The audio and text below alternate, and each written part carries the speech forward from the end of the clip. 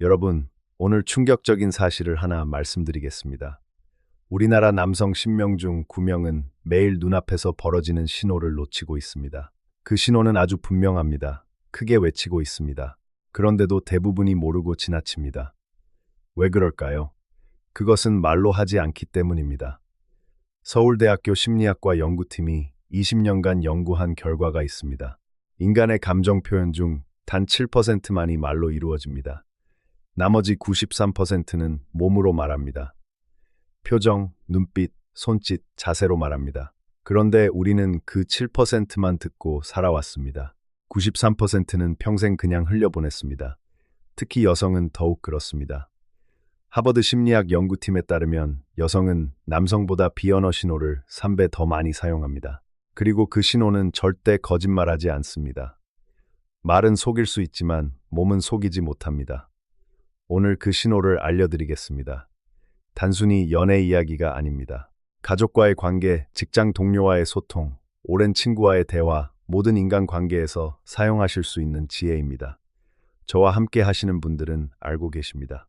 우리 세대는 말보다 눈치로 살아온 세대입니다. 어려운 시절, 가족을 위해 말없이 일했습니다. 그 경험이 오늘 더 빛날 것입니다.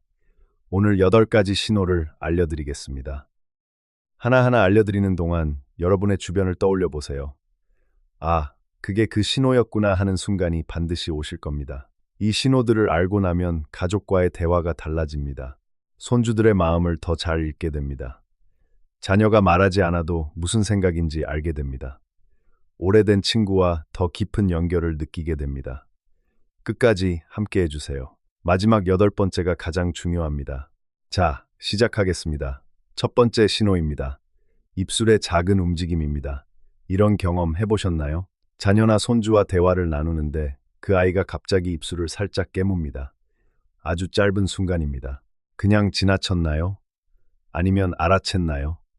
서울대병원 정신건강의학과 김호호 교수님에 따르면 입술의 작은 움직임은 내면의 감정이 억눌릴 때 나타나는 신호입니다. 이게 왜 중요할까요? 말하고 싶지만 말하지 못하는 상황에서 몸이 대신 표현하기 때문입니다. 우리 어르신들, 자녀들이 말을 잘 안 하죠. 무슨 생각을 하는지 도통 모르겠다고 하십니다. 그런데 사실 자녀들은 매일 신호를 보내고 있습니다. 다만 말로 하지 않을 뿐입니다. 입술을 살짝 깨무는 행동은 3가지 의미 중 하나입니다. 첫째는 긴장입니다. 무언가 중요한 말을 하고 싶은데 망설이고 있을 때 나타납니다. 무슨 말을 어떻게 꺼내야 할지 모를 때 입술이 먼저 반응합니다. 둘째는 설렘입니다. 무언가 좋은 감정을 느낄 때 그것을 억누르는 과정에서 나타납니다. 감정이 너무 커서 말로는 못하고 몸이 대신 표현하는 것입니다. 셋째는 집중입니다.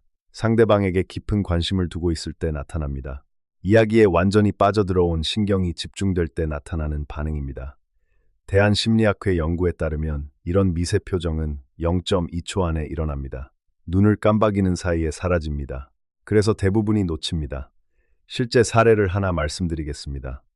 65세 이호호 선생님이 계셨습니다. 큰아들과 자주 다램습니다. 아들이 말을 너무 안 한다는 것이 이유였습니다. 그런데 어느 날 우연히 알게 됐습니다. 아들이 말을 하려고 할 때마다 입술을 살짝 깨물었다가 자기가 먼저 말을 끊어버렸던 겁니다. 아들은 계속 신호를 보내고 있었는데 기다려주지 않았던 것이죠. 그 이후로 이호호 선생님은 아들이 입술을 움직이면 잠시 멈추기 시작했습니다. 아들이 말을 꺼낼 때까지 기다렸습니다. 그리고 관계가 완전히 달라졌습니다. 이것을 알아차리면 어떻게 될까요? 상대방이 말하고 싶어 하는 것을 먼저 물어볼 수 있습니다. 무슨 말 하고 싶은 거 있어? 이 한마디가 관계를 180도 바꿉니다. 50년을 함께 산 부부도 이 신호를 모르면 평생 엇갈립니다. 하지만 오늘부터 알아챌 수 있습니다. 우리 세대는 말보다 마음을 읽는 능력이 있습니다. 오늘 그 능력에 과학적 근거를 더해드리겠습니다. 입술을 살짝 깨물거나 핥는 행동을 보셨을 때 잠깐 멈추세요. 그리고 부드럽게 물어보세요. 그것만으로도 상대방은 큰 위로를 받습니다. 자, 그렇다면 2번째 신호로 넘어가겠습니다. 이것은 더 분명합니다. 2번째 신호는 터치, 즉 손길입니다. 질문 하나 드리겠습니다. 여러분 주변에 유독 여러분을 자주 터치하는 분이 있으신가요? 어깨를 두드리거나 팔을 살짝 건드리거나 옷에 먼지를 털어주거나 합니다. 그런 분 계십니까? 그것은 우연이 아닙니다. 연세대학교 세브란스 병원 신경과학 연구팀이 발표한 논문에 따르면 사람은 신뢰하고 좋아하는 대상에게만 자발적으로 터치를 합니다. 모르는 사람이나 거리를 두고 싶은 사람에게는 절대 먼저 손을 대지 않습니다. 이것은 진화로 형성된 본능입니다. 옥시토신이라는 호르몬이 있습니다. 흔히 사랑 호르몬, 유대 호르몬이라고 부릅니다. 이 호르몬은 신뢰하는 사람과 가까이 있을 때 분비됩니다. 그리고 터치가 시작되면 이 호르몬 분비가 급격히 증가합니다. 질병관리청 자료에 따르면 규칙적인 긍정적 신체 접촉은 혈압을 평균 8 낮추고 스트레스 호르몬인 코르티솔을 23% 감소시킵니다. 터치는 단순한 감정 표현이 아니라 건강에도 직접적인 영향을 미칩니다. 터치는 호르몬의 반응입니다. 의도적인 것이 아닐 수 있습니다.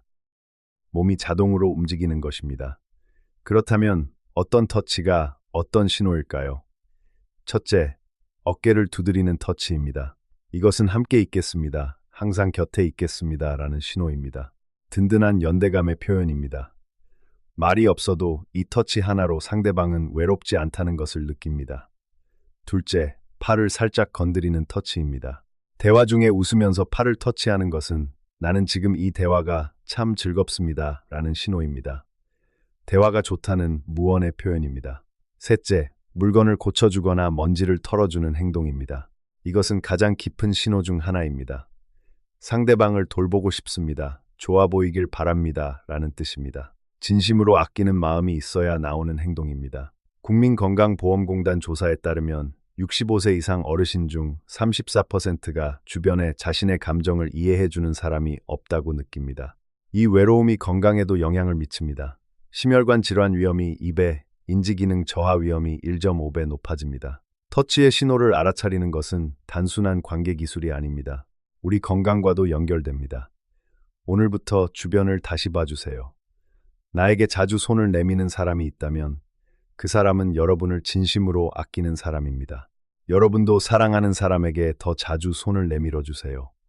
말보다 강한 메시지가 전해집니다. 손주의 머리를 쓰다듬어 주세요. 자녀의 어깨를 두드려 주세요. 배우자의 손을 잡아주세요. 말 한마디보다 더 많은 것이 전해집니다. 이제 세 번째 신호입니다. 많은 분들이 가장 어려워하시는 부분입니다. 세 번째는 걸음걸이와 몸의 움직임입니다. 여러분, 마트에서 지인을 만났을 때를 생각해 보세요. 그 사람이 여러분을 보고 다가오는 걸음걸이가 있습니다. 그 걸음이 평소와 다릅니다. 살짝 느려집니다. 자세가 달라집니다. 왜 그럴까요? 한양대학교 체육학과 연구팀이 발표한 연구 결과가 있습니다. 사람은 중요하게 생각하는 대상 앞에서 무의식적으로 걸음걸이를 바꿉니다. 더 우아하게, 더 천천히, 더 또렷하게 움직입니다. 이것은 수만 년 진화의 산물입니다. 인류가 언어를 사용하기 훨씬 전부터 몸의 움직임이 의사소통의 전부였습니다. 그 본능이 지금도 우리 안에 살아 있습니다. 주목해야 할 세 가지 움직임을 알려드리겠습니다. 첫째, 속도의 변화입니다. 여러분 쪽으로 다가올 때 천천히 걷는다면 그것은 여러분과의 시간을 소중히 여긴다는 신호입니다. 서두르지 않고 이 순간을 음미하고 싶은 것입니다. 반대로 빠르게 지나치면 그날은 무언가 마음이 복잡한 것입니다. 둘째, 방향입니다. 발끝이 어디를 향하는지 보세요. 사람은 몸이 원하는 방향으로 발끝이 향합니다. 대화 중에 발끝이 여러분을 향하고 있다면 그 사람의 마음도 여러분을 향하고 있는 것입니다. 셋째, 자세의 변화입니다. 여러분 앞에서 등이 펴지고 어깨가 올라간다면 그것은 여러분 앞에서 좋은 모습을 보여주고 싶다는 신호입니다. 사람은 아무 앞에서나 자세를 다듬지 않습니다. 우리 손주들을 생각해 보세요. 할머니, 할아버지가 오시면 갑자기 뛰어나오는 손주. 그 뛰어나오는 속도와 힘이 바로 그 아이의 마음입니다. 말로 하지 않아도 몸이 말해줍니다. 그리고 반대의 신호도 알아두세요. 대화 중에 발이 문 쪽을 향하고 몸이 점점 뒤로 기울어진다면 그 사람은 지금 그 자리를 불편하게 느끼고 있는 것입니다. 억지로 붙잡으려 하지 마세요. 그것이 오히려 관계를 지켜주는 지혜입니다. 한 가지 더 말씀드리겠습니다. 이 걸음걸이 신호는 자녀뿐 아니라 손주들에게서도 관찰할 수 있습니다. 손주가 여러분을 보고 달려오는지 아니면 천천히 걸어오는지 심지어 뒤를 돌아보며 오는지에 따라 그날 아이의 감정 상태를 알 수 있습니다. 아이가 뒤를 돌아보며 천천히 온다면 무언가 부끄럽거나 확신이 없는 것입니다. 그럴 때는 여러분이 먼저 크게 웃으며 다가가 주세요. 아이는 그 미소 하나에 날아올 겁니다. 움직임을 읽으면 말이 필요 없습니다. 자, 이제 네 번째 신호로 넘어가겠습니다. 이것은 우리가 매일 경험하지만 이름을 모르는 신호입니다. 네 번째 신호는 눈빛입니다. 여러분 이런 경험 있으신가요? 누군가와 눈이 마주쳤을 때 말 한마디 없이도 아, 이 사람은 나를 반기는구나 또는 이 사람은 나를 경계하는구나를 느낀 적 있으신가요? 그 직감은 정확합니다. 미국 하버드 의과대학 연구에 따르면 인간은 상대방의 눈빛만으로 감정 상태를 82% 정확도로 파악합니다. 우리 뇌에는 눈빛 전담 신경회로가 따로 있습니다. 방추형 세포라고 불리는 이 신경세포는 순식간에 눈빛을 분석합니다. 동공, 즉 눈의 검은 부분이 핵심입니다. 진심으로 반갑거나 관심이 생기면 동공이 커집니다. 이것은 의도적으로 조절할 수 없습니다. 완전히 자동적인 반응입니다. 의사들이 환자의 뇌 상태를 확인할 때 동공 반응을 보는 이유가 바로 이것입니다. 눈빛의 세 가지 패턴을 알려드리겠습니다. 첫째, 긴 눈맞춤입니다. 보통 대화 중 눈맞춤은 2초에서 3초 정도입니다. 그런데 4초, 5초 이상 눈이 마주치면 그것은 나는 지금 여러분에게 집중하고 있습니다. 여러분을 신뢰합니다. 라는 신호입니다. 둘째, 눈을 피했다가 다시 보는 패턴입니다. 이것은 긴장이나 수줍음 또는 깊은 관심의 신호입니다. 눈을 피하는 것이 무시가 아닐 수 있습니다. 오히려 너무 마음에 쓰여서 피하는 것일 수 있습니다. 셋째, 눈 주변 근육의 움직임입니다. 입꼬리만 올라가는 웃음과 눈 주변 주름까지 잡히는 웃음은 다릅니다. 눈 주변 근육은 의도적으로 움직일 수 없습니다. 진심으로 기쁠 때만 움직입니다. 이것을 뒤센 미소라고 합니다. 150년 전 프랑스 신경학자 뒤센 박사가 처음 발견했습니다. 진짜 기쁨의 증거입니다. 거짓 미소와 진짜 미소를 구별하는 법을 알면 가족의 마음을 더 정확하게 읽을 수 있습니다. 어르신들이 물어봅니다. 요즘 우리 아이가 진짜 행복한 건지 모르겠다고요. 눈을 보세요. 눈 주변 주름이 잡히면 진짜입니다. 입꼬리만 올라가고 눈이 움직이지 않으면 무언가 억지로 괜찮은 척하는 것입니다. 가족과 대화할 때 눈을 보고 계신가요? 핸드폰을 내려놓고 가족의 눈을 바라보세요. 그곳에 말하지 않은 모든 것이 담겨 있습니다. 우리 세대는 눈치의 대가들입니다. 오늘 그 눈치를 과학으로 확인하셨습니다. 이제 다섯 번째 신호입니다. 가장 숨겨진 신호입니다. 다섯 번째는 다리와 발의 방향입니다. 이 신호를 아는 사람은 극히 드뭅니다. 그래서 가장 솔직한 신호이기도 합니다. 왜냐하면 사람들은 표정은 관리하려 합니다. 말도 신중하게 고릅니다. 손짓도 어느 정도 의식합니다. 그런데 발은 신경을 쓰지 않습니다. 그래서 발이 가장 솔직합니다. 서울대병원 신경외과 연구팀에 따르면 발의 방향은 뇌의 편도체가 직접 조절합니다. 편도체는 감정과 본능을 담당하는 부위입니다. 의식이 개입하기 전에 이미 발이 움직입니다. 쉽게 말씀드리면 이렇습니다. 마음이 원하는 방향으로 발이 먼저 갑니다. 발은 진심을 감추지 않습니다. 발이 여러분을 향하면 그 사람은 지금 여러분에게 집중하고 있습니다. 발이 다른 방향을 향하면 그 사람의 마음은 다른 곳에 있는 것입니다. 다리 동작의 세 가지 신호를 알려드리겠습니다. 첫째, 다리를 꼬는 방향입니다. 대화 중 다리를 여러분 쪽으로 꼰다면 관심의 신호입니다. 다리를 반대쪽으로 꼰다면 거리를 두고 싶은 것입니다. 둘째, 다리를 자주 꼬았다 풀었다 하는 행동입니다. 이것은 내면의 설렘이나 긴장이 다리로 표출되는 것입니다. 억눌린 감정이 몸짓으로 새어나오는 것입니다. 셋째, 무릎의 방향입니다. 나란히 앉았을 때 무릎이 여러분 쪽으로 향한다면 그것은 가장 분명한 관심의 신호입니다. 가족 식사를 할 때 보세요. 모두 밥상에 둘러앉아 있을 때 누가 누구 쪽으로 몸을 기울이는지 보세요. 말 한마디 없이도 그날 가족의 마음 지도가 그려집니다. 이것을 알면 가족 회의도 달라집니다. 큰 결정을 앞두고 대화할 때 반대하는 사람은 몸이 뒤로 물러납니다. 찬성하는 사람은 앞으로 기울어집니다. 말이 필요 없습니다. 여러분도 이 신호를 활용해 보세요. 가족과 중요한 대화를 나눌 때 발끝을 상대방을 향해 두세요. 그것만으로도 여러분의 집중과 관심이 전해집니다. 작은 몸의 방향 하나가 관계를 따뜻하게 만듭니다. 여섯 번째 신호로 넘어가겠습니다. 이것은 우리가 가장 먼저 알아차릴 수 있는 신호입니다. 여섯 번째는 목소리의 변화입니다.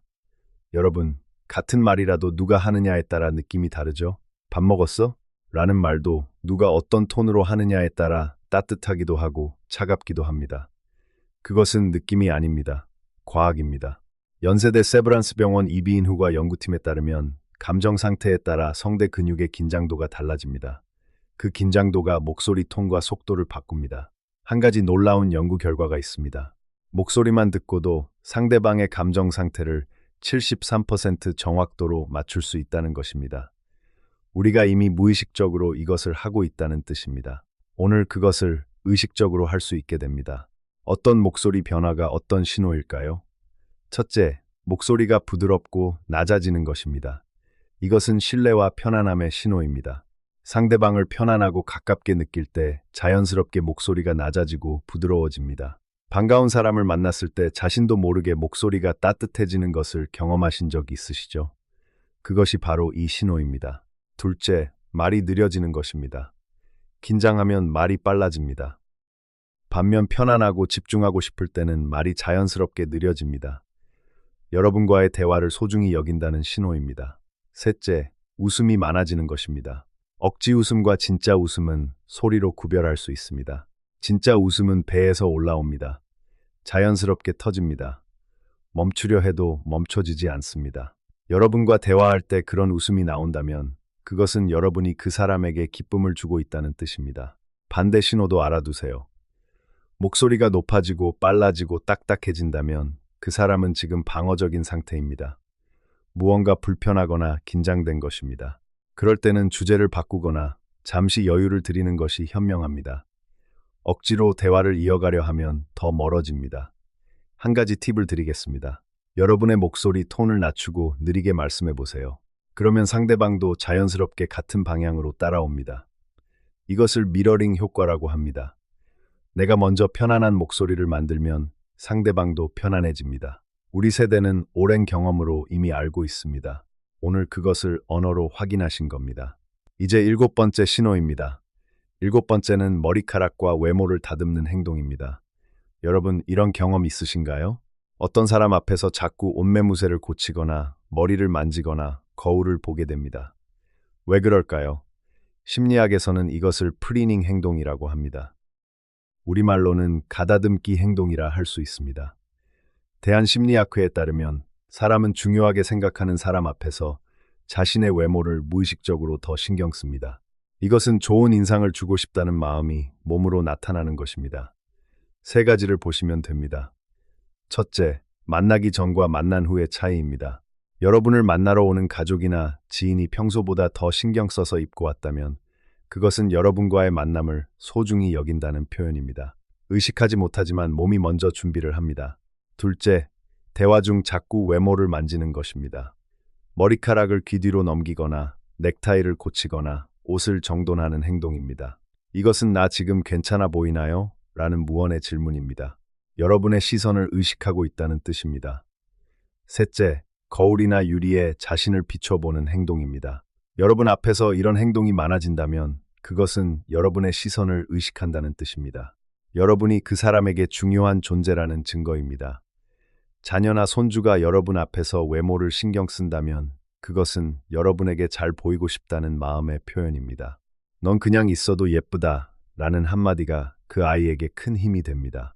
오랜 친구를 만날 때 여러분도 평소보다 조금 더 신경을 쓰시죠? 그 마음이 그 친구에게 얼마나 큰 의미인지 이제 아실 겁니다. 이제 마지막 신호입니다. 이 여덟 번째가 오늘의 핵심입니다. 여덟 번째 신호는 몸이 가까이 기울어지는 것입니다. 거리와 기울기입니다. 이것을 기울기라고 합니다. 하버드 비즈니스 스쿨 연구팀이 발표한 연구에 따르면 사람 사이의 신체적 거리는 심리적 거리를 정확하게 반영합니다. 가까이 있으면 마음도 가깝습니다. 멀리 있으면 마음도 먼 것입니다. 그리고 그 거리는 의식적으로 조절되지 않습니다. 마음이 먼저 느끼고 몸이 반응합니다. 이것을 미국 심리학자 에드워드 홀 박사가 체계적으로 연구했습니다. 박사는 인간의 거리를 네 가지로 분류했습니다. 0cm에서 45cm는 친밀한 거리, 45cm에서 120cm는 개인 거리, 120cm에서 360cm는 사회적 거리, 360cm 이상은 공공거리입니다. 중요한 것은 이 거리를 상대방이 선택한다는 점입니다. 여러분을 진심으로 아끼는 사람은 자연스럽게 개인 거리 안으로 들어옵니다. 거리를 두고 싶은 사람은 사회적 거리를 유지합니다. 이 신호를 보는 방법을 알려드리겠습니다. 첫째, 거리가 줄어드는 것입니다. 대화를 시작할 때보다 끝날 때 더 가까이 있다면 그 대화가 좋았다는 신호입니다. 처음에는 1m 거리였는데 어느새 50cm로 좁혀졌다면 두 사람 사이가 그만큼 가까워진 것입니다. 대화가 끝날 때 더 가까이 있다면 다음에도 만나고 싶다는 뜻입니다. 둘째, 앞으로 기울어지는 자세입니다. 등을 펴고 앞으로 살짝 기울어지는 자세는 나는 지금 여러분의 말에 집중하고 있습니다. 이 이야기가 중요합니다. 라는 신호입니다.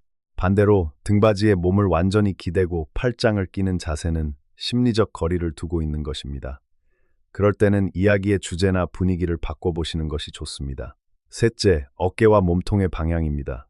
어깨가 여러분을 향하면 관심이 있는 것입니다.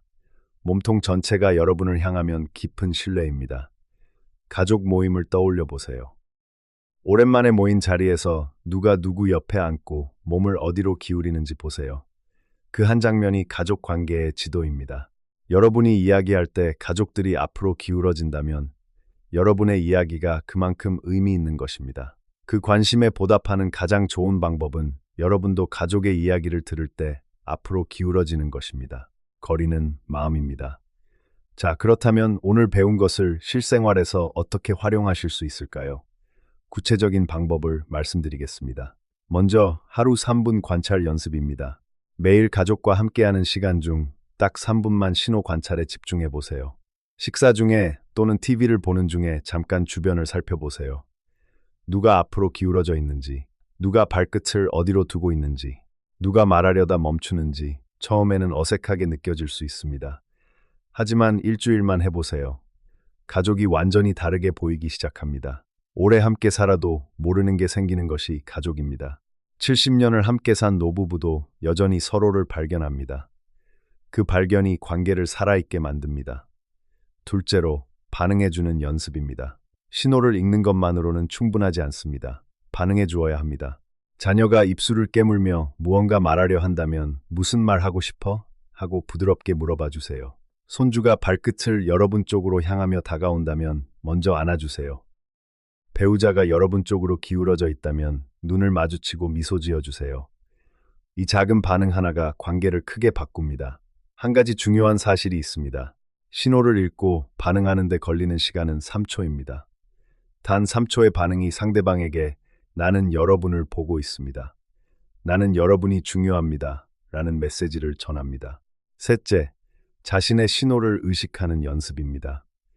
여러분이 보내는 신호도 중요합니다. 다음에 가족과 대화할 때 한 가지만 기억해 주세요. 핸드폰을 내려놓고 몸을 상대방 쪽으로 기울이고 눈을 바라봐 주세요. 이 세 가지만 해도 상대방은 여러분이 자기 이야기를 진심으로 듣고 있다는 것을 느낍니다. 말 한마디 하지 않아도 됩니다. 몸이 먼저 말해줍니다.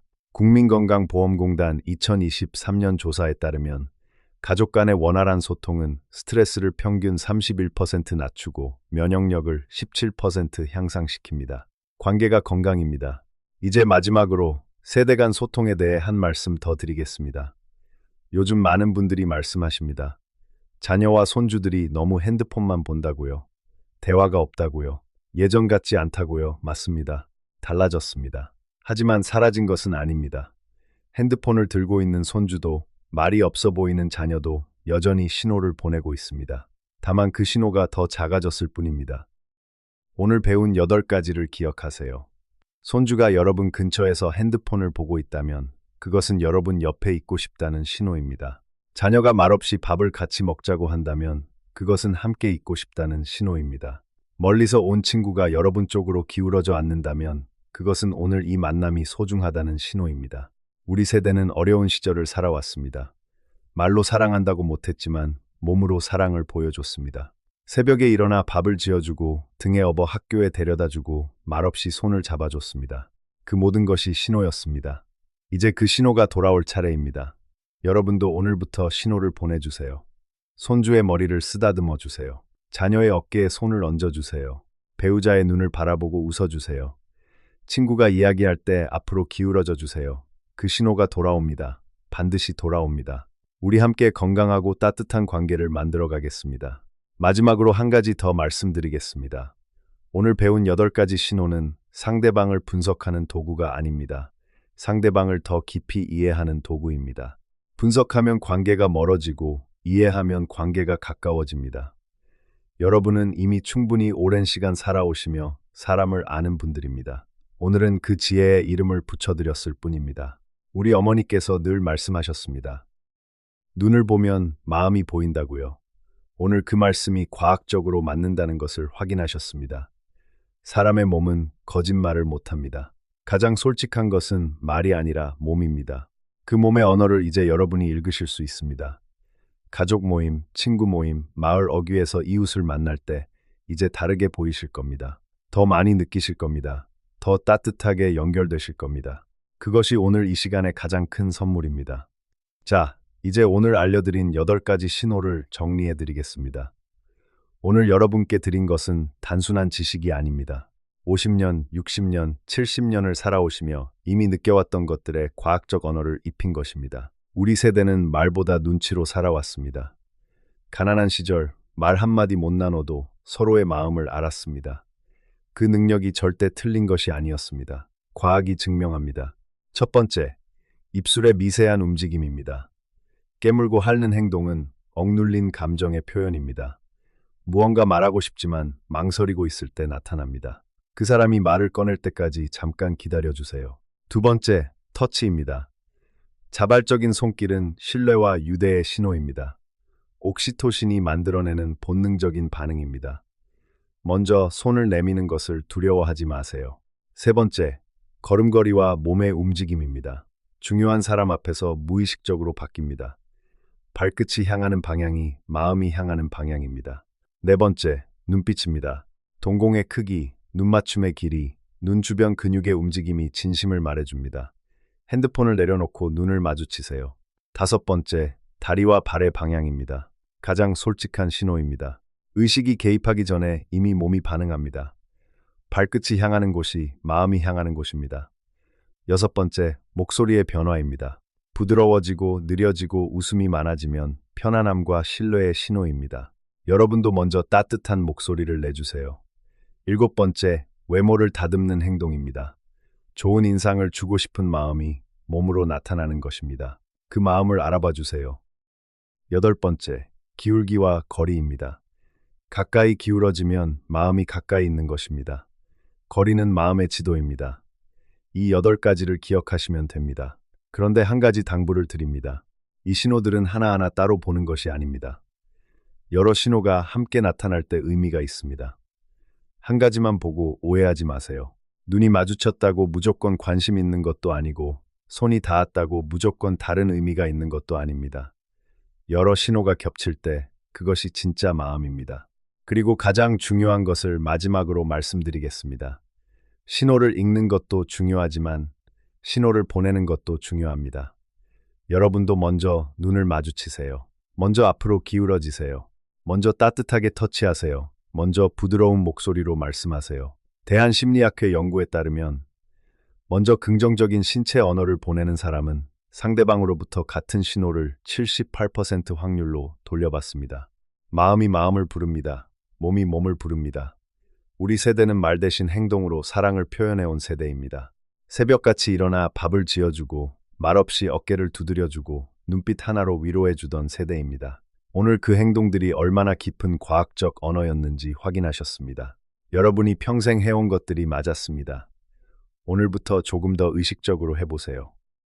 가족과 대화할 때 핸드폰을 내려놓고 눈을 바라보세요. 손주가 올 때 먼저 가까이 다가가세요. 자녀가 말을 꺼내려 할 때 앞으로 기울어지세요. 그것만으로도 관계가 달라집니다. 우리 모두 알고 있습니다. 건강한 몸보다 건강한 관계가 더 오래 살게 합니다. 일본 게이오 대학 연구팀이 100세 이상 장수하신 어르신들을 연구한 결과 가장 공통된 요인은 좋은 음식도 좋은 운동도 아니었습니다. 바로 따뜻한 인간관계였습니다. 여러분 주변의 사람들을 더 잘 이해하는 것, 그것이 곧 더 오래, 더 건강하게, 더 행복하게 사는 길입니다. 오늘 이 8가지 신호에 대해 더 깊이 이해하시려면 한 가지 중요한 배경을 아셔야 합니다. 인간은 왜 이렇게 많은 비언어 신호를 사용할까요? 서울대학교 인류학과 이호우 교수님에 따르면 이것은 인류의 생존 전략이었습니다. 수십만 년 전 우리 조상들은 언어가 발달하기 전부터 몸으로 소통했습니다. 위험을 알리고 음식을 나누고 사랑을 표현했습니다. 그 능력이 지금까지 이어진 것입니다. 특히 우리 한국인은 이 능력이 더욱 발달해 있습니다. 눈치라는 단어가 있는 민족은 흔치 않습니다. 우리 문화는 수천 년간 상대방의 마음을 읽는 능력을 키워왔습니다. 그래서 오늘 배운 내용이 어렵지 않으셨을 겁니다. 이미 알고 있었던 것들이니까요. 그런데 현대 사회에서 이 능력이 점점 줄어들고 있습니다. 핸드폰이 생기면서 눈맞춤이 줄었습니다. 바쁜 생활 속에서 서로를 관찰할 여유가 없어졌습니다. 소셜미디어가 생기면서 말보다 글로 소통하는 시대가 됐습니다. 하지만 몸의 언어는 사라지지 않았습니다. 지금 이 순간에도 여러분 주변 사람들은 신호를 보내고 있습니다. 오늘부터 그 신호를 다시 읽어보세요. 대한노년 정신건강학회에 따르면 비언어 소통 능력을 유지하고 훈련하는 것은 인지기능 보호에도 도움이 됩니다. 상대방을 관찰하고 해석하고 반응하는 과정이 뇌를 활성화합니다. 관계를 잘 맺는 것이 곧 뇌 건강을 지키는 것입니다. 이제 실제로 오늘 바로 해볼 수 있는 것을 말씀드리겠습니다. 오늘 저녁 가족 중 한 명과 대화할 때 딱 하나만 해보세요. 핸드폰을 상 위에 엎어놓고 상대방의 눈을 바라보세요. 2분 동안만 그것만으로 충분합니다. 상대방이 무언가 달라졌다고 느낄 겁니다. 더 들어주는 것 같다고요. 더 가까운 것 같다고요. 우리가 잃어버렸던 연결이 2분 만에 돌아올 수 있습니다. 질병관리청 2022년 정신건강 보고서에 따르면 하루 20분 이상의 진심 어린 대화는 우울감을 42% 감소시킵니다. 그 대화의 질을 높이는 것이 오늘 배운 신호들입니다. 말을 잘하는 것보다 잘 읽는 것이 중요합니다. 잘 읽는 것보다 잘 반응하는 것이 중요합니다. 그 모든 것의 시작은 오늘 배운 8가지 신호입니다. 우리 가족, 우리 이웃, 우리 친구들이 오늘도 신호를 보내고 있습니다. 이제 여러분이 읽어주세요. 그 신호에 반응해주세요.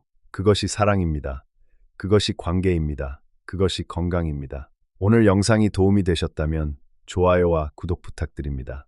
더 많은 분들께 이런 이야기를 전할 수 있도록 함께 해주세요. 댓글에 오늘 영상 보고 가장 와닿았던 신호가 무엇인지 남겨주시면 정말 감사하겠습니다. 여러분의 이야기가 또 다른 누군가에게 큰 힘이 됩니다. 우리 모두 건강하고 따뜻한 관계 속에서 행복하시길 바랍니다. 건강한 하루 되시길 바랍니다.